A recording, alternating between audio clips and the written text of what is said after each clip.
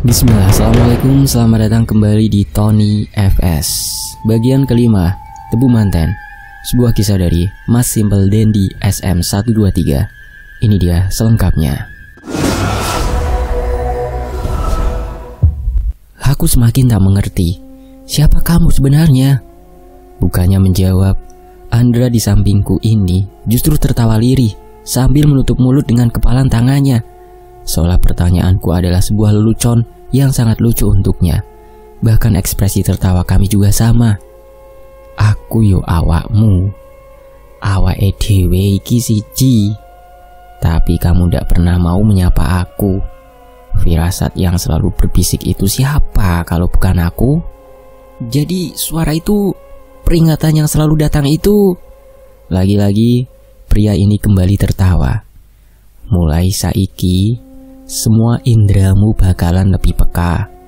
Kamu ndak cuma bisa mendengarku, tapi juga melihat mereka. Ingat Yole, manusia itu lebih tinggi dan mulia, kecuali dia menghinakan dirinya sendiri. Siji meneh, namamu Ki Salim Chandra. Sudah, sekarang pulang. Masih banyak yang ingin aku tanyakan pada sosok di sampingku ini, tapi sesuatu menarikku menjauh dari Andra yang berdiri mematung sambil tersenyum. Tubuhku melayang, lalu berputar dalam sebuah lorong dimensi yang membuatku mual dan dihempaskan sekuat mungkin. Kembali pada ragaku yang terpejam di atas ranjang tua yang berdecit, kriet-kriet. Pertama kali yang kulihat adalah langit-langit kamar yang redup, lalu Adis yang terlelap sambil memelukku. Pelan tapi pasti, kesadaranku kembali.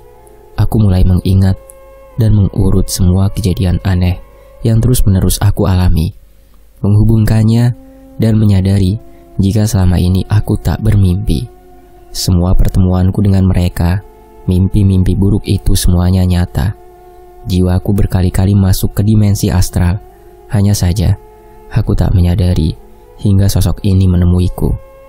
Diriku yang lain, Andra yang memakai base cap juga belangkon, mungkinkah dia masa laluku? Atau sosok yang menemaniku? Kesalahan buyutku katanya. Apa yang sudah dia mulai dan kenapa harus aku yang menyelesaikannya? Keyakinanku semakin kuat jika Nyi Ireng benar-benar berhubungan denganku. Ini bukan tentang masalah tumbal saja, melainkan kebenaran yang harus aku temukan. Kenyataan ini membuat hatiku remuk redam. Apalagi saat dia mengatakan tentang jati diri. Salim Chandra adalah namaku. Untuk pertama kalinya, bulir hangat mengalir di sudut mataku. Aku sungguh menginginkannya. Masa laluku. Aku bahkan punya saudara, tapi di mana dia sekarang? Apakah dia juga tahu jika aku masih hidup? Di atas pembaringan, aku menangis sambil menutupi mataku yang pedih. Seorang pria terisak-isak di tengah malam. Seperti bukan diriku saja. Namun firasatku berkata, jika aku harus melepaskannya dan terbuka pada diriku sendiri, menerima kelebihan, kekurangan juga lukaku. Jujur dengan diriku sendiri, ternyata selama ini aku hanya berpura-pura kuat. Tapi aku harus melakukannya, membohongi perasaanku, tinggal sendirian, sebatang kara, berdiri sendiri tanpa keluarga. Hanya berpura-pura yang membuatku bisa bertahan sampai di sini. Tapi detik ini aku menyadari jika aku sungguh naif, menahan tangis, dan menegaskan jika semua ini sudah takdir. Padahal memang hidupku sungguh menyedihkan. Aku yang tak pernah berusaha menanyakan siapa diriku yang sebenarnya, karena takut bahwa menerima kesedihan ini akan membuat hatiku semakin remuk redam. Ayah, ibu, mereka sudah pergi meninggalkanku. Andra, kau sungguh bodoh dan munafik. Kali ini menangislah, terimalah lukamu. Karena dari awal kau sudah tak baik-baik saja. Seiring isakanku yang lirih, juga gempuran perasaan yang meluap. Satu persatu, ingatan terbuka seperti kotak Pandora. Samar-samar aku mengingat kenangan yang datang melintas dalam memoriku.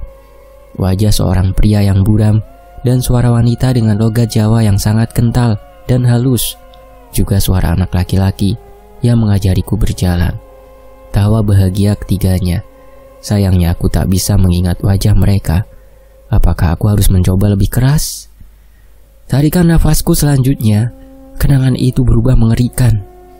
Sepertinya itu malam hari. Aku berada dalam gendongan anak laki-laki yang meringkuk ketakutan di pojok ranjang. Saat dua orang pria memakai pakaian gelap masuk ke dalam kamar, mengayunkan senjata tajam pada laki-laki lain yang mempertahankan diri dan wanita yang melindungi kedua putranya yang tak berdaya. Sedetik lagi seseorang yang lain hendak mengayunkan parangnya ke arah tubuhku. Seorang rekannya menahan tubuhnya dan memberikan kode. Keduanya bergegas keluar sambil mengunci kamar. Sayang, sungguh sayang, tak sedikit pun aku bisa melihat wajah mereka. Semua, termasuk anak laki-laki yang menggendongku. Malam itu darah mengalir merah dari kedua tubuh pria dan wanita yang meregang nyawa. Sang ibu menatap ke arah kami berdua. Lagi-lagi aku tak bisa mengingat wajahnya dengan jelas. Yang bisa aku ingat hanyalah suara dendam, makian, amarah, juga erangan nyawa menyayat, menjadi simfoni dengan tangisan dan jeritan malam itu. Sedetik kemudian, lidah api yang menjilat seluruh bangunan, asap pekat, oksigen berkurang. Apa ini saat keluargaku meninggal? Belum aku sempat menjawab, rasa mual menyerangku. Sontak aku bangun dan bergegas ke toilet. Dari keranjang bersautan dengan suara pintu terbanting membangunkan Adis yang terlelap. Wanita itu bahkan tak sempat mengusap wajahnya dan segera menyusulku. "Mamas, kenapa?" Kecemasan menguasai Adis. "Mamas," suaranya semakin keras. Aku hanya menjawab dengan melambaikan tangan padanya. Mualku memaksa otot diafragmaku berkontraksi, membuat perutku kram, juga nyeri luar biasa. "Mama sakit ya?" Adis menepuk lembut punggungku. Detik berikutnya, tubuhku mengeluarkan hal yang sulit diterima akal sehat. Di toilet, gumpalan darah beku kehitaman keluar dari dalam lambungku, juga beberapa serpihan kecil seperti tulang. Sungguh menjijikan. Apalagi gumpalan itu juga bergerak. Secepat mungkin aku menyiramnya, namun sayang, Adis sudah terlanjur menjerit ketakutan. "Getih, Mamas kok muntah darah toh? Mama sakit apa toh, Mas? Mamas!" Adis semakin histeris. Aku hanya melambaikan tangan, lalu menyeka bibir. Aku sudah tak sanggup bicara. Energiku terkuras habis. Bulir keringat membasahi dahi dan punggungku. Firasatku mengatakan jika itu adalah guna-guna darah kotor yang Mbak Ayu kirimkan. Dia mengeluarkannya, diriku yang lain. Aku bangkit kepayahan, sendi tubuhku seperti lepas. Untung saja ada Adis yang memapahku, meskipun wanita ini juga kesulitan karena tubuhnya yang mungil. Jika tidak, aku pasti merangkak keluar dari toilet. Lemasnya tak main-main. "Maaf ya Adis, Mamas merepotkanmu." "Ish, Mamas ki ngomong apa toh?" "Adis panggil Mas Aji biar anterin Mamas berobat yo." Wanita di sampingku sudah menangis. Iris matanya berkabut. Aku hanya menggeleng dan tersenyum. Meskipun kepayahan Adis berusaha membawaku ke kursi dapur dan merebahkanku yang lemah seperti lumpuh. "Minum tis," pintaku lirih. Secepat kilat wanita ini mengisi gelas dan membantuku seperti seorang ibu sambil terisak pilu. "Adis, Mamas gak apa-apa. Udah jangan nangis begitu," ujarku. "Mamas tuh sakit apa toh?" Wajah itu masih cemas dan penuh tanda tanya. Suara bergetar bersahutan dengan isakannya. "Mamas gak sakit loh Dis. Nih sehat begini kok." Aku membusungkan dada menghibur Adis. Tapi siapapun pasti tak akan percaya. "Ngapusi, itu tadi opo? Kenapa muntah darah begitu? Mamas ada yang disembunyikan dari Adis ya." Firasat perempuan itu memang tajam, seperti sebilah pisau. Namun tak mungkin aku mengatakannya. Dia pasti semakin cemas. "Mamas tadi itu bibirnya kegigit waktu tidur. Udah jangan nangis lagi," hiburku. "Ngapusi." "Enggak Dis, beneran." "Iya." "Tenanan." "Iya." "Ih, sang bener toh Mamas." Oh. "Ih, Mamas iki sang bener toh." "Iya Adis, Mamas udah gak apa-apa. Demamnya juga udah turun. Nih kalau tidak percaya. Aku meraih tangan Adis dan meletakkannya di dahiku yang basah. Adis akhirnya percaya meski tak sepenuhnya. Mamas jangan mati. Adis tidak mau sendirian. Astaga, sembarangan sekali wanita ini bicara. Tapi melihat matanya yang basah, juga wajahnya yang cemas, aku tahu dia hanya khawatir. Enggak, Mamas gak akan mati. Tapi kalau Adis tinggalin Mamas, gak janji ya. Ya kali ini aku tak lagi sendiri. Adis sudah ada bersamaku. Malam ini aku terpaksa masuk kerja. Padahal seharusnya hari ini jadwalku untuk libur. Tapi karena kejadian buruk kemarin, pengerjaan pengecoran lantai gudang tertunda. Untung saja sudah sempat beristirahat dan tidur tadi siang. Mamas bukannya libur? Adis segera protes melihatku mengancingkan seragam. Ada kerjaan belum selesai. Tapi kan Mama sakit. Adis meneruskan protesnya. Namanya aja buruh, Dis. Mau gak mau harus masuk. Mama sudah sehat, jangan khawatir begitu. Aku hanya mengusap kepalanya sambil keluar kamar. Namun Adis menghadang jalan. Matanya kembali berembun. Aduh, cengengnya. Mama sudah sembuh. Adis tenang aja ya, ujarku. Wanita itu kembali memelukku. Pokoknya Mamas jangan mati. Entah kenapa aku justru tertawa mendengarnya. Iya Adis, udah ya, Mamas nanti telat. Adis mengantarku ke teras dan menyiapkan sepatu. Aku masih duduk di kursi saat Adis menunduk untuk menalikan sepatuku. Selintas bayangan samar mendekat dan semakin jelas. Sosok pengantin wanita yang aku lihat sebelumnya di atas lemari, berdiri di depan teras sambil menenteng kepalanya. Aku bergidik ngeri, namun juga iba. Mungkin karena rasa takutku sudah berkurang, wajahnya terlihat lebih jelas dengan helaian rambut yang lengket karena gumpalan darah. Aku pikir dia akan mendekat atau masuk ke dalam rumah, tapi entah kenapa dia tak berani mendekat dan hanya berdiri di luar halaman. Pendaran cahaya mobil memantul di ruang tamu. Adi segera menutup pintu sesaat setelah aku berangkat. Lagi-lagi Loro Estri menjauh dariku. Kepalanya yang buntung bergerak seiring langkahku masuk ke mobil. Wajahnya terlihat lebih jelas dengan tai lalat di bawah matanya yang sayu. Saat aku perhatikan lebih lama, dia menangis saat melihatku. Tapi sepertinya aku salah. Dia tidak melihat ke arahku, tapi Mas Bambang. Aku masih memperhatikannya sampai memutar kepala. Masih belum yakin juga. Tai lalat di bawah mata itu atau hanya mirip saja. Rasanya aku ingin mengumpat habis-habisan. Tengah malam aku berdiri sendirian di depan gudang gula tanpa teman. Aku rasa Pak Wiro sengaja mengerjaiku. Masalahnya pekerjaan pengecoran lantai gudang sudah selesai dari tadi. Semua pekerja sudah kembali ke mes. Tapi entah kenapa pria gembal itu memerintahkanku untuk menunggunya di sini. Alasannya ingin mengecek hasil pekerjaan ini secara langsung. Hari sudah lewat tengah malam saat Mbak Santo datang menghampiriku di ujung pintu keluar. Pria tua itu mendekat, menjinjing buntalan hitam yang firasatku berbisik jika hal itu sesuatu yang tidak benar. Mas Andra, sudah rampung? Suara dan tatap mata pria ini ramah. Namun entah kenapa aku tak menyukainya. Sesuatu yang gelap tersembunyi di sana. Sudah Mbah. Sebisa mungkin aku menahan diri dan mengalihkan pandangan ke tempat lain. Namun lagi-lagi mataku kembali pada buntalan yang dibawanya. Gimana kerja di sini? Betah? Lumayan Mbah, jawabku sekenanya.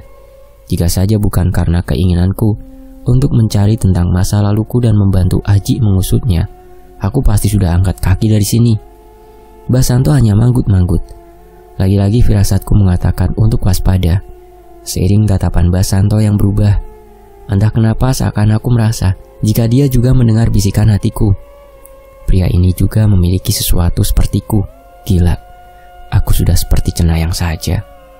Mas Andra sudah berubah ya?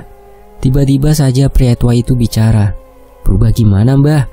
Saya ngerasa sampean lain saja. Dari terakhir ketemu, ucapnya lagi. Lain gimana toh Mbah? Jujur saja aku tak paham. Firasat saya tepat. Pria tua itu berlalu meninggalkanku yang memeras kepala mengartikan ucapannya. Semenit kemudian, dari kejauhan Pak Wiro datang menjinjing sebuah keranjang anyaman yang berukuran cukup besar.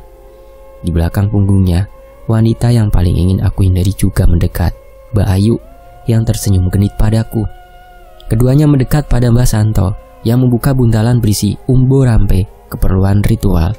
Entah apa maksudnya, bau menyan menyeruak, membuat kepalaku sakit. Keranjang anyaman Pak Wiro rupanya berisi sepasang ayam cemani yang dipotong hidup-hidup dengan sadis. Ayam itu menggelepar di tangan kembuk Pak Wiro, sedangkan Ayu sibuk menadah darah dengan batok kelapa. Sedangkan pandangannya terkunci padaku, seperti kemarin, tajam dan mistis. Mbak Santo menyiramkan darah ayam di atas cor-coran semen yang basah. Udara berhembus kencang. Mataku menangkap puluhan bayangan sosok mendekat. Mereka mengundang setan? Bau menyan yang semakin kuat memaksaku bergegas keluar gudang. Apalagi kumpulan energi semakin pekat, membuatku sesak, tak nyaman, panas dan pengap. Padahal aku sudah berada di luar gudang. Semakin lama aku berdiri, semakin banyak yang datang. Dari yang besar sampai yang kecil, dari yang terbang sampai yang melompat. Bahkan ada juga yang berburu dan bertaring. Seperti binatang yang mendekat pada sumber makanan. Entah bagaimana lagi aku mendeskripsikannya. Aku mengalah dan kembali ke gudang spare part, meninggalkan ritual gila yang sesat. Sepertinya Pak Wiro hanya mengerjaiku saja. Atau mungkin saja Ayu yang melakukannya. Peduli setan. Langkah kakiku terhenti tepat di pinggir can yard. Gending pengantin, temon manten, kembali berayun dari kejauhan. Memaksaku mempercepat langkah. Aku sungguh tak ingin melihat sosok Nyi Ireng lagi. Tapi dasar sial, lagi-lagi kesadaranku terlempar ke dalam dimensi astral. Kepekatan udara di sini membuatku sulit bergerak. Nyaliku langsung ciut. Di tengah-tengah can yard, dekat lubang can cutter, wanita itu melayang. Padahal dia hanya diam mematung melihat ke arah berbeda. Tapi aura kegelapannya membuat udara semakin berat. Nafasku semakin sakit, juga nyeri. Entah sudah berapa nyawa yang dikorbankan untuknya. Aku beringisut menjauh, perlahan-lahan. Sungguh apes. Dia menyadariku dan mendekat. Brengsek, lari! Aku segera masuk ke dalam pabrik yang sepi. Temaram cahaya kemerahan yang redup juga singup, membuat jantungku memompa darah dengan kecepatan maksimum. Langkahku terseok-seok, berlari tak tentu arah. Tersesat di dalam bangunan pabrik yang redup. Hingga di sela pipa yang besar, tubuhku meringkuk. Iringan gendeng pengantin itu semakin mendekat. Raden, Raden, bisiknya Liri di antara kenong dan kendang yang mengayun. Sambil gemetar tak karuan, aku mengintip dari balik pipa besi. Demit itu hanya berjarak beberapa meter dariku, melayang, dengan rambutnya yang menjuntai, menggedek-gedekkan kepalanya yang bertanduk dengan gerakan yang tak normal. Seolah tahu tempatku bersembunyi, wanita ini menoleh. Tangannya yang panjang itu menunjukku dengan kuku hitam yang tajam. Gila, wajahnya tirus seperti tengkorak, berbalut kulit keriput yang menghitam. Matanya menyala merah dengan gigi yang tajam bertumpuk, seperti ikan yang hidup di laut dalam, bertaring tanpa bibir. Benar-benar bukan wajah yang bisa dilihat dengan tenang. Aku sungguh tak sudi melihatnya dan kembali berlari. Apes. Demit itu terus mengejar sambil terus memanggilku. Raden, Raden, iki kulo Raden. Raden apa? Dasar bangsat. Kenapa yang mengejarku selalu wanita-wanita tak normal? Kemarin Ayu, sekarang Demitnya Ireng. Sumpah serapahku tumpah, mengutuk tak habis-habis. Tulang keringku berayun cepat, tak jarang juga melompat di antara sela pipa dan kabel. Tapi pintu keluar di depanku justru semakin menjauh. Kampret.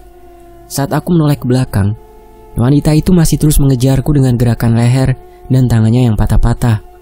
Gending pengantin menjadi soundtrack, mengiringiku berlari di antara kabel besar dan pipa yang saling bertaut. Aku bersumpah tak mau mendengar gending mengerikan ini lagi. Sial, aku terjungkal. Dan saat aku bangkit, Nyi Ireng sudah menunduk di depanku dengan gedekan kepalanya yang semakin cepat. Dia berusaha menyentuhku.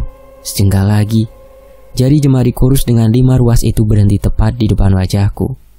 Kepalanya berhenti menggedek, menoleh ke arah gudang gula tempat ritual Mbak Santo, lalu kembali menatapku. Wajah pucatnya kembali tersenyum dan mata merah itu semakin membesar. "Saiki papat," berbisik suara itu lalu mengikik lirih seperti hembusan angin yang dingin di tengah malam. Dan kesadaranku kembali di Kenyat berdiri mematung dengan kepala yang berat seperti dihantam balok besi. Pandanganku nanar. Wajah Nyi Ireng terpatri dalam memori bawah sadarku. Ketakutan ini tak pernah aku rasakan sebelumnya. Tubuhku lemas tak bertulang, bersimpuh, dan merasa lega. Nyi Ireng sudah tak ada di dekatku. Semakin hari, kemampuan ini semakin terasah. Firasatku semakin tajam. Pendengaran juga penglihatanku pada mereka. Puluhan orbs yang melayang, bayangan wanita yang menggantung terbalik, beberapa sosok putih dengan ikatan di kepalanya. Mereka menatapku, tapi sosok-sosok ini tak seimbang dengan Nyi Ireng. Aku menangkup wajahku yang berkeringat dengan kedua telapak tangan yang bergetar. Saat aku membukanya, mereka telah menghilang. Suasana kembali seperti tak terjadi apapun. Beberapa orang masih mengelas di kejauhan dengan pendaran cahaya yang berkilat. Di sudut lain, dua orang masih saling berbicara. Gema pukulan besi, deru mesin traktor, juga mesin mobil yang sedang diservis, sayup-sayup terbawa angin. Jika saja aku mengatakan pada mereka apa yang baru saja terjadi, aku yakin 100% mereka semua akan mengirimku ke RSC. Aku harus segera menemui Aji dan mengatakan padanya jika Mbah Santos juga terlibat dan Nyi Ireng meminta korban lagi, kali ini papat. Di sisi lain, kejadian semalam membuatku terus mengutuki diri sendiri. Seandainya saja Andra yang lain kembali menemuiku, pasti sejuta pertanyaan aku lemparkan padanya. Kenapa harus aku yang mengalami ini? Kelebihan? Untuk apa jika hanya dikejar-kejar demit sinteng seperti Nyi Ireng? Wajah juga tawanya yang mengerikan melekat di memoriku. Apa yang dia inginkan? Matahari baru setinggi tombak. Beberapa personil polisi sudah sibuk hilir mudik memeriksa bekas kecelakaan kemarin. Beberapa orang juga dimintai keterangan. Beberapa pertanyaan standar mereka lontarkan dan aku jawab sejujur mungkin. Meskipun menahan kantuk dan lelah yang luar biasa. Karena seharusnya aku sudah pulang, bergantian dengan Mbak Ayu yang menyebalkan. Akhirnya menjelang tengah hari semua selesai. Hasil penyelidikan akan diberikan menyusul untuk keperluan asuransi dan santunan. Di depan pintu gudang, wajah Mas Sampak Wiro dan Mbah Santo terukir sedari pagi. Guratan kesal keduanya menghilang saat penyelidik menyimpulkan jika ini adalah kecelakaan kerja. Secepat itu juga garis polisi dibongkar. Darah mulai dibersihkan. Pasir disapu bersih lalu dibuang sejauh mungkin. Karung kotor dibongkar dan diganti. Semua kembali seperti semula, seolah tak pernah terjadi apapun. Sembari mengawasi para pekerja di depan pintu gudang, ingatanku tentang kepala Pak Mamat yang menggelinding terus berputar. Tak perlu ditanya lagi siapa yang membunuhnya, tapi lagi-lagi tak ada bukti. Menurut kabar yang Aji terima, hasil forensik menunjukkan jika pelaku sudah sering menjagal orang. Luka tebasan di leher Pak Mamat sangat rapih, juga fatal.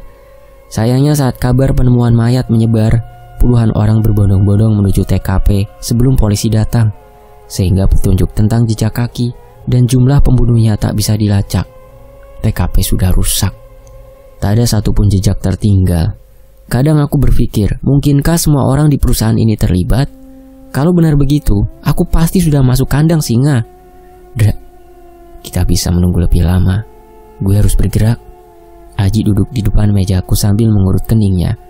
Padahal dia tak sendirian mengusutnya, tapi tetap saja sulit. Tapi Ji, mau cari di mana? Kita juga belum tahu siapa saja yang terlibat. Bisa saja semua orang di sini. Aku bicara sambil menguap. Mataku benar-benar merah dan sepet. Ngantuk luar biasa. Setelah dikejar-kejar Nyi Ireng, aku tak berani tidur. Takut kebablasan dan kembali mendengar gending pengantin yang mengerikan. Gue tahu, tapi kalau nggak dimulai juga pasti lebih banyak korban.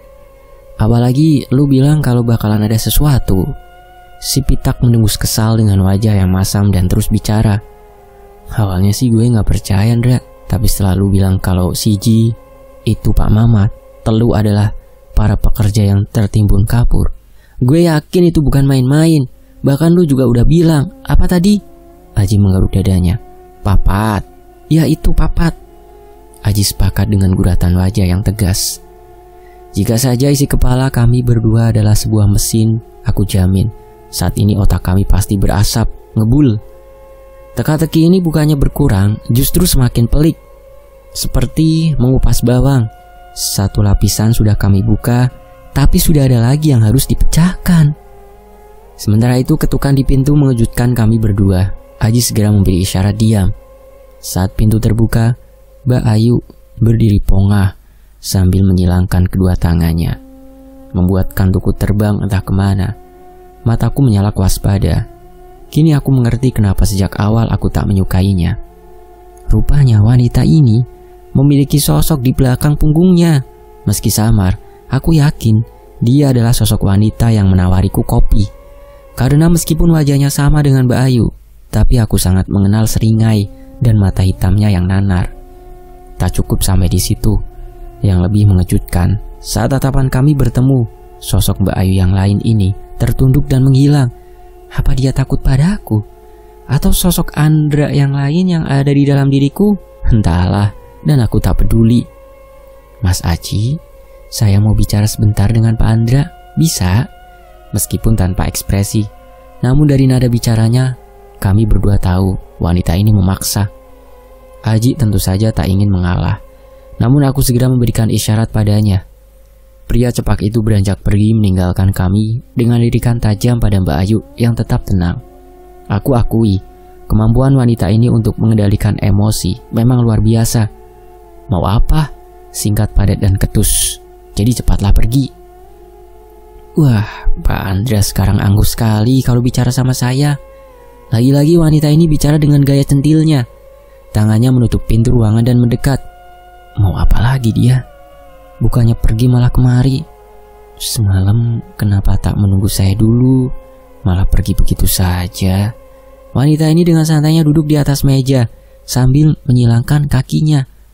Tubuhnya merunduk mendekat hingga wajah kami saling berhadapan. Hanya beberapa jarak jengkal saja. Aku bergeming. Kali ini dia tak akan bisa menggodaku. Jarak kami begitu dekat hingga aku bisa mencium parfumnya yang memuakkan. Buat apa saya menunggu Mbak Ayu? Lagian ritual kalian itu gila. Sambil menyilangkan kedua tangan di dada, aku telah memastikan satu hal. Getaran aneh itu benar-benar sudah hilang. Pak Andra kan bisa belajar. Lagian kalau punya sampean gak diasah nanti pergi loh. Jangan sok tahu Mbak. Aku sungguh sungkan lagi pada wanita ini. Tapi meskipun sikapku sungguh tak ramah, Mbak Ayu menanggapinya dengan tenang sambil terkekeh. Benar-benar mengesalkan. Aku tak tahu lagi bagaimana caranya untuk bicara dengan manusia satu ini. Jangan ketus begitu dong. Pak Andra tahu tidak kalau mereka itu harus diurus.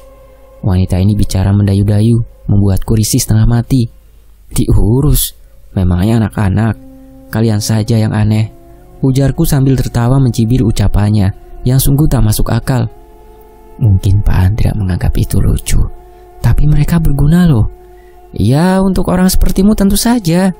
Aku bersungguh-sungguh saat mengucapkannya. Orang sepertiku? Wanita ini berbalik mencibir. Wajah sedihnya dibuat-buat semakin mengesalkan. Gila, tegasku. Wanita ini malah tertawa seolah aku melucu di hadapannya, membuatku semakin malas saja. Jangan munafik. Dunia ini sudah gila dari awal, jadi kalau mau bertahan harus lebih gila lagi. Ujarnya sambil mengikik. Prinsip hidup yang sinting. Saya tahu kok, pengaruh lintrik saya sudah hilang. Padahal gak sembarang orang yang bisa lepas loh. Sepertinya Mbak Santo benar, kita ini berjodoh. Berjodoh? Aku hanya mendengus. Mbak Ayu apa tidak malu bicara seperti itu? Dengan nada paling ketus, aku bicara. Tapi wanita ini justru tertawa terpinggal-pinggal, sakit jiwa. Pak Andra, saya benar-benar suka sampean.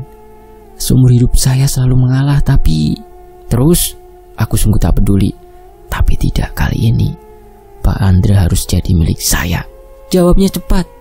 Mimpi aja sana. Aku beranjak meninggalkan Mbak Ayu yang masih tertawa cekikikan. Gemblong. Mbak Adis ya, Asal Pak Andra tahu, Neptu kalian itu temu pati, gak bakalan bisa bersatu. Mbak Ayu bisa bicara tersengal-sengal di antara derai tawanya. Lagi-lagi kalimat temu pati. Aku sungguh membencinya, sama seperti ucapan mertuaku saat menikah dengan Adis tentang Neptu. Saya gak peduli, ucapku sambil berlalu meninggalkan Mbak Ayu yang masih tertawa. Saat aku melihat lebih jelas, sebenarnya wanita ini tertawa sambil menangis, benar-benar edan. Di dalam mobil, Aji sudah terpejam di kursi belakang, sedangkan Mas Bambang setia menungguku di balik kemudinya. Tapi bukannya pulang, Aji malah mengajakku pergi ke suatu tempat. Kita mancing, si Cepak bicara tanpa membuka matanya. Hah? Si Cepak ini salah bicara atau bagaimana sih? Mancing apa? Aku belum bilang sama Adis, ucapku pendek. Aku tak pernah pergi tanpa memberitahunya terlebih dahulu. Bukannya apa, aku hanya tak ingin Adis khawatir. Wanita itu cengeng bukan main. Cuma sebentar, Aji masih bicara sambil terpejam. Bersender di kursi tengah, terkadang ia juga mengusap kasar kepalanya yang cepak. Di tengah jalan poros utama, si Panther hitam melaju meninggalkan jejak debu. Kami sudah berjalan sekitar 15 menit, menyusuri areal tebu yang panas menyengat. Beberapa kali kami berpapasan dengan mobil perusahaan yang mengangkut tenaga kerja. Tak jarang juga kami menemui traktor yang sibuk membajak areal yang luas. Debu berhambur bagai kabut. Beberapa pekerja bercamping tersebar di tengah areal. Sepertinya mereka pekerja dari divisi riset, mengambil sampel batang tebu. Padahal cuaca di luar panas bukan main. Tapi lagi-lagi sebagai budak korporat, demi sebingkai mimpi, demi piring yang harus diisi, sama sepertiku, kami tetap bertahan. Kini aku tahu kenapa Aji begitu kekeh mengusut kasus ini. Meski kadang ucapannya ceplas-ceplos, tapi dedikasinya sebagai pelayan masyarakat patut diacungi jempol. Aku pikir negeri ini membutuhkan banyak aparat sepertinya. Aku masih ingat betapa keras wajah dan amarahnya melihat kematian pekerja pupuk kemarin. Seakan mereka juga bagian dari dirinya. Aji bahkan bersumpah tak akan membiarkan Wiro dan semua orang yang terlibat lolos begitu saja. Sepanjang jalan, kami membelah areal. Di kiri kanan berjejer ribuan tebu yang mulai berbunga, tanda jika harus segera dipanen. Jika tidak, kadar gula dalam batang tebu akan berkurang. Setidaknya, begitulah yang aku baca di dalam buku SOP tebal kemarin. Sepertinya jika aku resign dari sini, aku pasti bisa menjadi petani tebu yang sukses. Mobil terguncang-guncang di jalan berlubang, hingga sampai di tengah persimpangan jalan tumbukan tanah menggunung dengan sebuah ban hitam yang berdiri tegak, menjadi tanda batas areal dan perkampungan pribumi. Saat mobil berbelok, tepat di ujung jalan jembatan besi berkarat berukuran lebar 4 meter membelah sungai dengan air coklat keruh. Sungai ini tidak besar juga tidak kecil, mungkin hanya selebar puluhan meter dengan arus yang tenang. Di pinggir sungai, rumput ilalang tumbuh lebat, juga pohon ingas yang rimbun dan besar. Beberapa pohon tertutup tanaman merambat dengan riuk jelantir menutupi hampir seluruhnya. Mas Aji, kita maju terus atau gimana ya? Mas Bambang menghentikan mobil tepat di depan jembatan. Nyebrang aja mas, kita mancing di sana aja, Aji bicara dari kursi belakang. Dari kaca tengah mobil, aku memperhatikan jika sepanjang perjalanan Aji kerap melihat ke belakang. Aji, kita benar mau mancing? Aku masih ragu dengan ucapan si Cepak. Pasalnya tak ada satupun joran yang kami bawa. Aji hanya mendehem singkat. Lagi-lagi dia melihat ke belakang. Mas Aji, dari tadi nengok terus kenapa toh? Mas Bambang mewakilkanku bertanya. Berhati-hati itu lebih baik. Singkat dan jelas meninggalkan kerutan di wajah Mas Bambang yang bingung. Di seberang sungai puluhan rumah panggung berbahan kayu berjejer dengan atap genteng. Masing-masing rumah mempunyai undakan tangga dengan tinggi lebih dari 2 meter. Sepertinya perkampungan ini sudah lama berdiri. Beberapa rumah berdinding kayu sudah mulai menghitam, bukti jika usianya sudah puluhan tahun. Bentuk rumah adat di Lampung ini hampir sama dengan rumah adat di Palembang, hanya bentuk tangganya saja yang berbeda. Tatapan heran para warga terpaku pada Panther hitam yang membelah jalan perkampungan. Mobil terus masuk ke dalam perkampungan, melewati jalan tanah yang becek. Di pinggir sungai puluhan sampan terikat di pancang kayu. Sepertinya selain bekerja di perusahaan, sebagian penduduk di sini juga bekerja sebagai pencari ikan. Mas Bambang, di depan berhenti ya. Aji menunjuk dengan tangannya ke arah rumah panggung bercat hijau yang cukup besar. Enggih Mas Aji. Mobil berhenti tepat di depan halaman rumah, menginjak tanah yang becek kehitaman. Aku yakin kampung ini pasti banjir jika hujan deras. Genangan air di bawah rumah sudah bisa membuktikannya. Ekstrim juga. Bayangkan saja, jika air meluap, maka halaman rumah akan menjadi satu dengan sungai. Kalau ada buaya bagaimana ya? Tidak lucu kan kalau pagi-pagi membuka pintu sudah ada tamu yang merayap? Dan satu lagi, si Cepak bilang katanya mau mancing, tapi malah berhenti di sini. Aku jadi curiga makna kata mancing yang Aji ucapkan. Mungkin bukan memancing ikan, tapi hal yang lain. Begitu rupanya. Si Cepak belum percaya dengan Mas Bambang. Seketika aku paham maksud yang sebenarnya, memancing informasi. Dari dalam rumah, seorang pria tua berpeci hitam keluar menyambut Aji yang sudah turun mendahului kami. Sepertinya si Cepak sudah sering kemari. Di depan anak tangga, Aji memintaku untuk menunggu dengan Mas Bambang, sedangkan keduanya naik ke dalam rumah meninggalkan kami berdua. Sudah hampir setengah jam kami menunggu di depan undakan tangga, tapi tak ada tanda-tanda jika Aji sudah selesai. Aku masih diam membisu dengan Mas Bambang. Sebenarnya ada satu hal yang ingin aku tanyakan pada pria di sebelahku ini. Semenjak melihat foto istrinya, ada satu hal yang mengganjal di pikiranku. Mas Bambang, saya boleh tanya sesuatu? Aku membulatkan tekad untuk mengatakannya. Ya monggo Pak. Tapi agak pribadi boleh. Tanyaku sekali lagi. Sebenarnya Mas Bambang sedikit ragu saat menjawabnya, tapi akhirnya pria ini menjawab dengan anggukan kepalanya. Istri Mas Bambang, gimana ceritanya bisa minggat? Iku. Wajah dan suara Mas Bambang langsung berubah. Dia meremas kedua tangannya sekuat mungkin, menahan gempuran dadanya yang nyeri. Waktu itu anak saya, Dewi, baru berumur 2 tahun, Pak. Saya sudah bekerja di sini, tapi baru beberapa bulan. Pria ini mulai bicara, meski sedikit sesak. Ia terus melanjutkan ucapannya. Awalnya semuanya normal, Pak Andra. Tapi lama-kelamaan, istri saya mulai aneh, suka ngelindur, manggil nama laki-laki lain waktu tidur. Waktu saya tanya, dia selalu bilang bukan apa-apa. Sampai kami kerah, gelut. Wajar saya marah. Siapa yang terima, Pak, kalau istri kita manggil nama laki-laki lain? Iya toh? Aku hanya manggut-manggut mendengar ceritanya. Mas Bambang yakin dia selingkuh. Sepelan mungkin aku mengatakannya. Ya ndak tahu juga, Pak. Soalnya tahu-tahu dia udah ndak ada di rumah waktu saya pulang kerja. Mas Bambang mengusap matanya yang berair. Saya bahkan ndak sempat tanya siapa laki-laki itu. Tapi saiki kula wis ikhlas, Pak. Suaranya yang serak, juga getaran di bahu Mas Bambang, melukiskan betapa besar kesedihannya. Jadi Mas Bambang gak sempat tanya sama istri sampean? Pria ini hanya mengangguk. Mas Bambang gak merasa ini aneh? Tanyaku lagi. Iya pastinya, Pak. Tapi saya mau nanya sama siapa? Lah istri saya saja ndak tahu minggat kemana. Saya sudah pulang ke kampung. Siapa tahu dia pulang ke rumah orang tuanya. Tapi dia juga ndak ada di sana. Udah lapor polisi. Udah, Pak. Tapi sampai sekarang belum ketemu. Udah 7 tahun, Pak. Tapi saya masih ingat sekali sama dia. Saya menyesal sudah marah-marah sama dia waktu itu. Mas Bambang tak bisa lagi menahan tangisnya.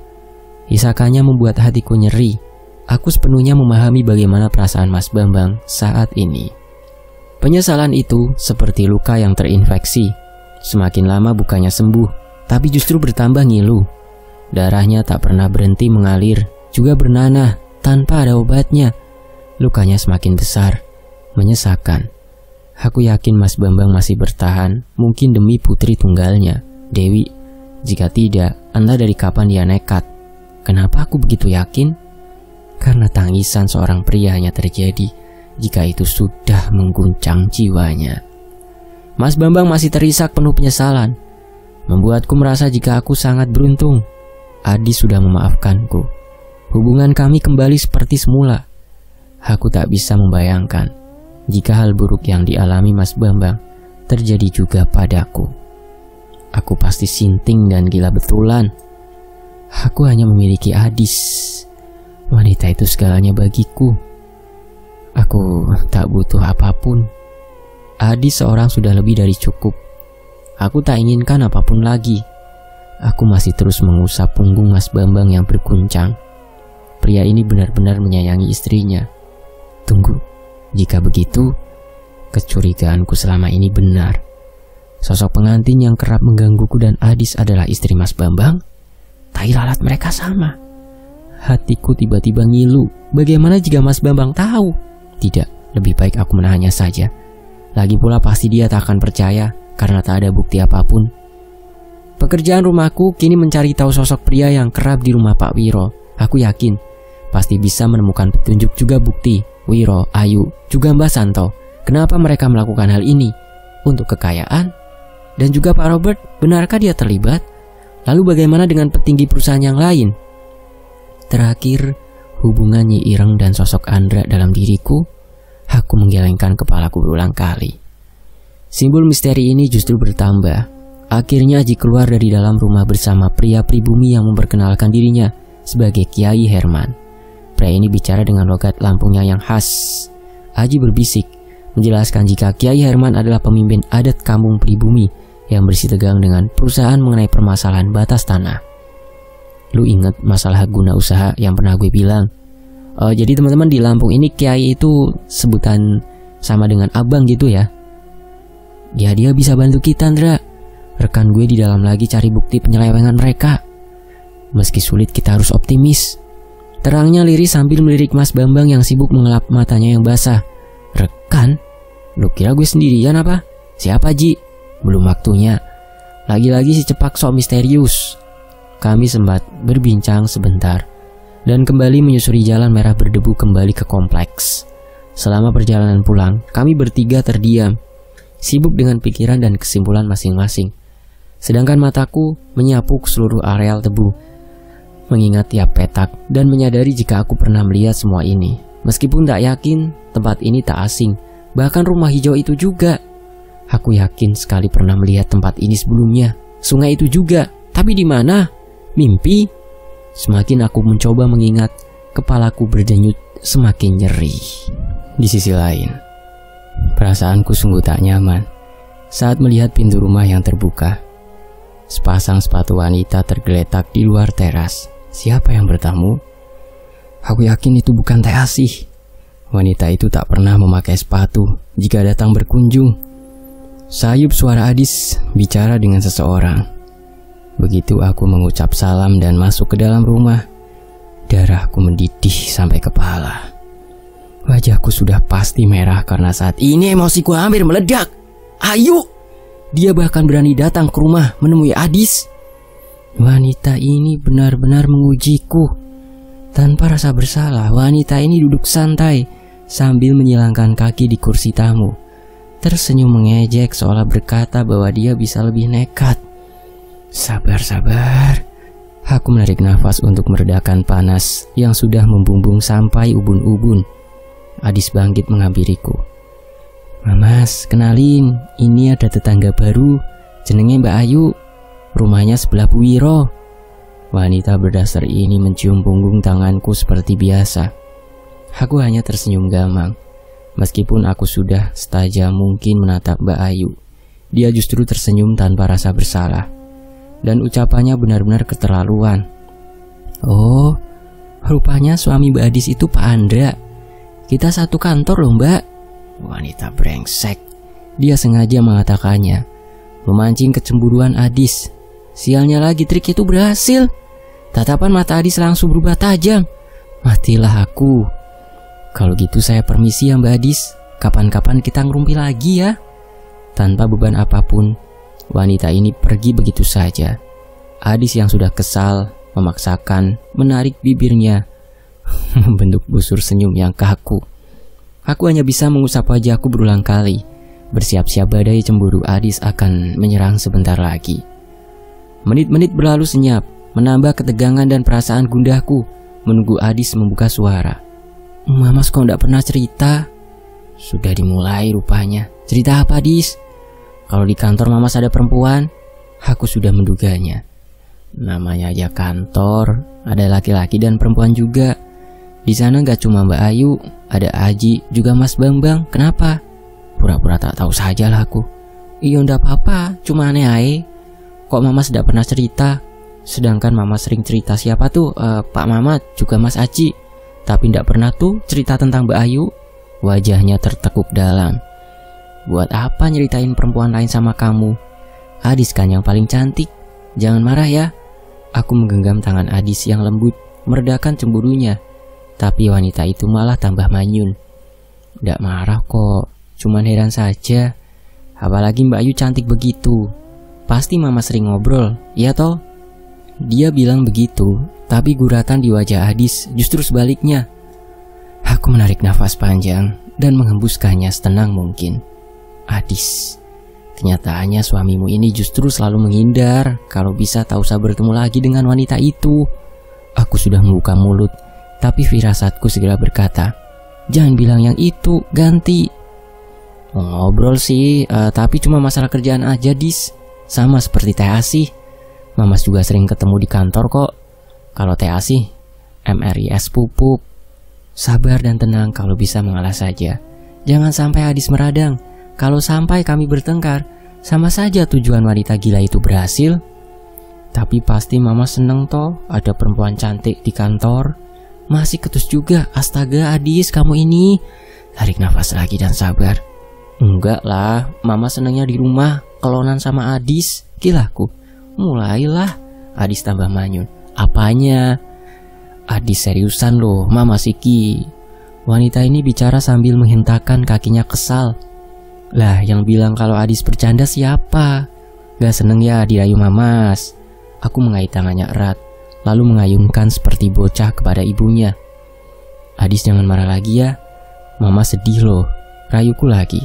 Ih, dasar ganjen. Adis meninggalkanku beranjak ke dapur. Dasar perempuan, marah terus. Dis, Adis.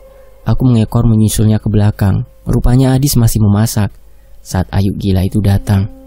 Tuh kan, mana mungkin aku tertarik pada yang lain jika kau saja perhatian dan menyayangiku seperti ini. Jadi jangan cemburu lagi. Aku sudah ingin mengatakannya, tapi lagi-lagi semuanya tertahan di ujung lidah. Sambil memeluk Adis dari belakang, aku melingkarkan kedua tanganku di pinggangnya yang ramping dan merebahkan kepalaku di bahunya. Wangi tubuh Adis entah kenapa selalu membuatku nyaman. Jangan ngambek lagi ya. Adis hanya diam sambil lanjut meracik masakannya. Kami membisu cukup lama. Hanya terdengar suara pisau beradu dengan nampan memotong cabai dan bawang. Tapi entah kenapa, rasanya tenang dan nyaman. Aku sungguh menyukai saat-saat seperti ini. Mamas, sepurone yo, sudah cemburu begitu. Akhirnya wanita ini bicara juga. Gak apa-apa, itu artinya Adis sayang sama Mamas. Senyumku mengembang. Yo mestilah, masa ndak sayang sama suaminya sendiri. Mama sayang ndak sama Adis? Suaranya sungguh lembut dan menenangkan. Sayang dong, ujarku mantap. Tenanan. Kepalaku terangkat dan menatap Adis lekat. Kok gak percaya sih Dis? Tapi wanita ini malah tertawa. Iyo gitu aja ngambek. Aku menyengir diiringi suara tawa Adis yang medok. Begini saja aku sudah sangat bahagia. Jadi jangan cemburu lagi. Dasar wanita menggemaskan batinku. Di sisi lain, Aji menyesap kopi di teras bersamaku yang sibuk menepuk nyamuk bongsor yang berdenging. Angin berembus sedikit kencang. Pepohonan di tepi jalan bergoyang menggugurkan daun kering. Mendung gelap menggantung di langit malam, tapi hujan tak kunjung turun. Padahal pendaran kilat sudah merambat dengan suara guntur yang menyusul samar. Adis datang dengan obat nyamuk yang menyala, meletakkannya di ujung teras, lalu kembali beranjak ke dalam, melanjutkan gorengannya di dapur. Suasana malam berangin seperti ini memang paling enak minum kopi pahit buatan Adis. Jadi menurut lu, kita masih bisa punya bukti orang-orang yang jadi tumbal? Aji kembali menanyakan pendapatku. Sihir membutuhkan media, Ji. Media? Garis kerutan Aji bertambah di antara alisnya. Apapun yang berhubungan dengan korban, bisa foto, rambut, pakaian, bahkan tanggal lahir. Kau lu bisa tahu ndak? Aji menatap lekat padaku. Susah juga kalau bicara dengan aparat macam dia. Bicara sedikit aneh langsung curiga. Pantas saja Aji jomblo sampai sekarang. Seseorang memberitahuku, Ji. Terangku lagi. Siapa, Ndra? Firasat, jawabku cepat. Aji hanya menghela nafasnya berat. Lalu bagaimana dengan Pak Mamat? Bukannya dia dibunuh? Lagi-lagi pria logis di depanku ini kembali ragu. Tapi aku menggeleng mantap. Mungkin dia memang dibunuh. Tapi hingga detik ini kepalanya belum ditemukan. Juga kejadian longsor pupuk kemarin. Terakhir data otopsi untuk klaim asuransi tertulis jika jari mereka semua hilang. Padahal kau tahu sendiri, sewaktu kejadian mereka semua masih lengkap. Lagi-lagi Aji tak berkutik. Logikanya kembali buntu. Mau tak mau dia menerima semua argumenku. Jangkrik, urusan demit begini gue puyeng. Masih mending nyari pengedar narkoba sekalian. Aji menggaruk tangannya yang gatal. Kami kembali terdiam. Angin dingin sedikit kencang. Lagi-lagi bunyi petir dan kilat menggelegar saling menyusul. Tak lama rinai hujan turun. Tambias air sedikit naik ke teras. Aji segera menggeser obat nyamuk ke dekat kakiku. Biar aku tak digigit nyamuk, ujarnya sambil menyengir. Tak lama Adis kembali datang, meletakkan pisang goreng hangat. Hanya beberapa detik dan kembali masuk melanjutkan menonton acara favoritnya. Terkadang terdengar samar suara pembawa acara berkata, berpacu dalam melodi. Disusul suara intro sebuah lagu. Lalu Adis akan sibuk menebaknya. Aku dan Aji sontak tertawa mendengar seloroh Adis yang bicara sendiri menyalahkan sang peserta di televisi. Ece pinteran aku kan, ujarnya medok. Terus masalah Bambang gimana? Masalah kunci gembok? Tanyaku sambil menyesap kopi. Hujan yang deras membuat rasanya 2 kali lebih enak. Gue udah nanya, Ji. Ya, sedikit maksa sih. Tapi gue bisa pastikan dia bersih. Dan lu tahu siapa yang kasih gembok itu? Aku menaikkan bau sedikit. Bah Santo. Seperti kata lu, dia terlibat. Aku rasa semua pembesar perusahaan ini terlibat. Pak Sigit, Pak Asep, bahkan mungkin juga Pak Robert. Tukasku lagi. Tapi Aji segera menggeleng cepat. Pak Sigit gak termasuk, ucapnya sambil meniup pisang panas. Aku hanya mengernyit. Selain karena ucapan Aji, juga karena angin yang tiba-tiba berhembus kencang. Dia orang kita. Yang melapor juga yang ngasih info di sini. Terang Aji kemudian setelah mengunyah pisang panas.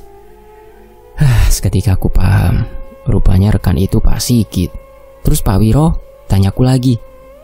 Bajingan itu gak usah ditanya. Hampir aja lupa. Gue dapat info tentang si Ireng.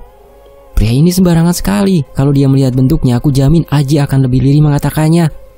Nyi Ireng, Aji, terangku. Pria di hadapanku mendehem mantap sambil menunjukku dengan pisang goreng yang dipegangnya. Menurut informasi, dia sosok yang tinggal di salah satu gunung atau hutan di Pulau Jawa. Ya, lebih mirip urban legend lah. Cuma itu, tanyaku pada si cepak yang sibuk mengunyah pisang, lalu menelannya dan kembali bicara. Ada lagi, Ndra. Beberapa orang menyebutkan jika Nyi Ireng ini salah satu jin atau demit atau lelembut. Ya pokoknya yang itulah. Gue juga kagak paham. Yang kerap meminta tumbal sepasang loro blonyo. Itu informasi yang gue dapet. Anjing, serius Ji? Kata loro blonyo sontak membuatku memukul lantai sekeras mungkin.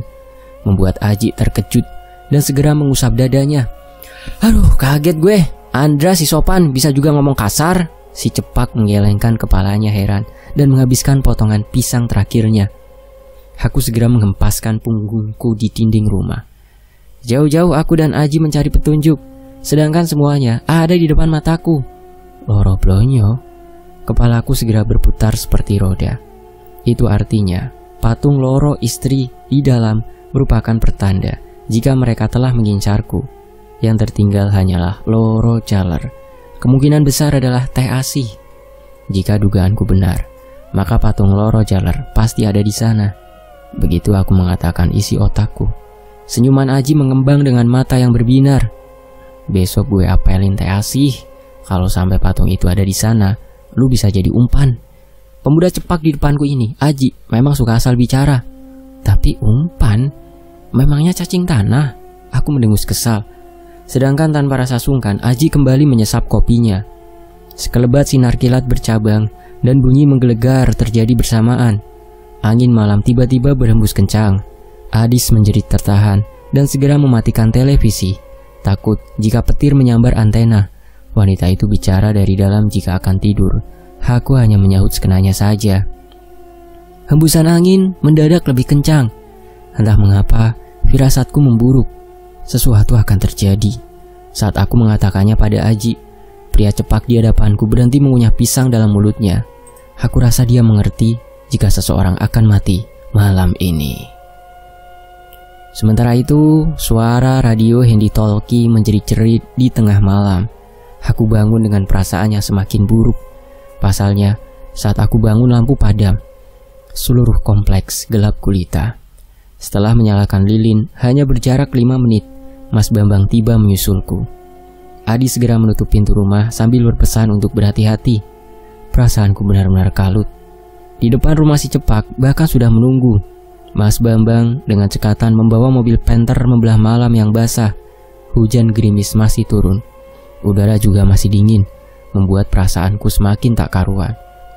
Aku bahkan tak sempat berganti pakaian dan hanya memakai kaos oblong putih, juga celana pendek. Di dalam mobil, kami tak ada yang bicara. Hingga Panther hitam masuk ke dalam gerbang pabrik.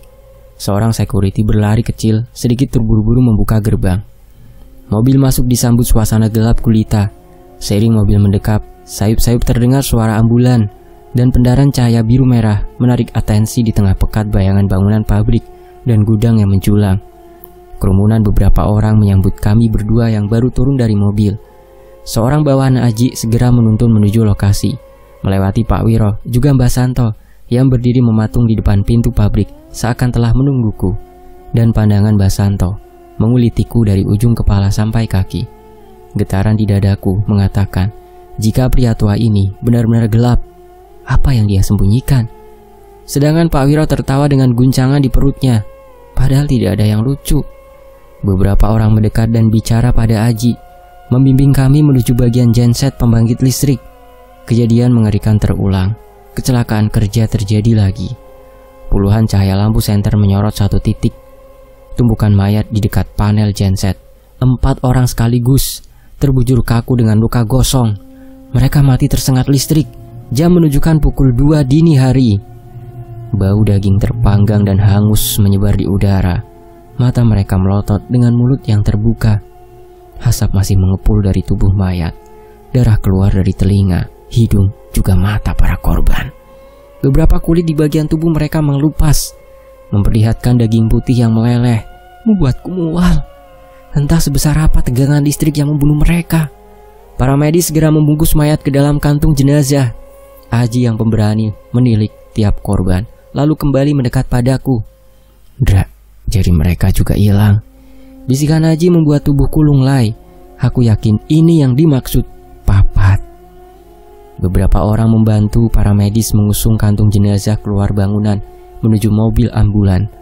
Menit berikutnya mobil meraung-raung meninggalkan kerumunan pekerja yang kembali bekerja. Aku masih gamang di TKP, sedangkan Aji sudah pergi entah kemana. Dalam kegelapan dan bias cahaya, senter, samar-samar, aku mendengar jeritan. Puluhan tidak, ratusan orang meminta tolong. Begitu pilu dan menyedihkan. Raden, tolong. Raden, sakit. Masing-masing mengatakan hal yang sama, saling bersahutan, membuat hatiku ngilu dan nyeri. Bagaimana caraku membantu kalian, sedangkan kejadian barusan saja, aku tak sanggup mencegahnya. Aku menengadah menatap langit-langit yang gelap, mencegah air mataku tumpah. Ini sungguh tragis. Sayup suara kenong, gending, pengantin berdentang lirih. Seketika aku menutup mata, mempersiapkan batinku, karena aku tahu jika suara ini terdengar, aku akan kembali berpindah dimensi, atau Nyi Ireng akan muncul di hadapanku lagi. Setelah kelopak mataku terbuka, di sekelilingku suasana temaram kemerahan kembali dengan udara yang singup dan berat. Dada yang nyeri, juga rasa takut yang semakin membesar. Gendeng temon nganten semakin mengayun, dan bangunan pabrik ini menggeram, menikmati tumbal yang terus diberikan untuknya. Kabut asap melayang seperti asap. samar bayangan berbentuk di sudut bangunan. Di sana dekat genset pembangkit listrik, 4 korban yang sebelumnya meninggal berdiri kaku. Asap masih mengepul dari tubuh mereka yang gosong. Bau daging panggang menyeruak bersamaan dengan bau kantil dan kenanga. Juga sedikit anyir, seperti besi yang berkarat. Keempatnya menatapku nanar dengan mata yang menonjol keluar, membuatku mual, ngeri, juga jijik yang bergumul dalam rongga dadaku. Semuanya dibungkus ketakutan yang semakin besar. Bukan takut karena mereka adalah makhluk tak kasat mata, tapi takut bagaimana jika aku mengalami hal yang sama. Lalu Adis, "Raden, tolong!" Mereka kembali merintih lirih. Seperti kesakitan luar biasa, membuatku semakin iba, apalagi saat mereka mengulurkan tangannya yang meleleh.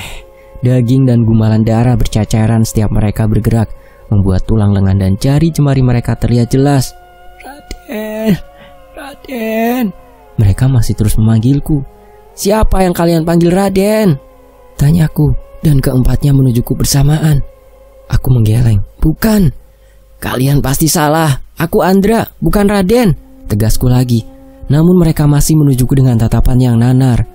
"Tolong kami, Raden," bersambung. Terima kasih Mas Simple Dandy. Terima kasih teman-teman yang sudah menyimak Tebu Manten hingga bagian kelima ini. Nantikan kelanjutannya hanya di Tony FS. Saya pamit. Wassalamualaikum warahmatullahi wabarakatuh. Alhamdulillah.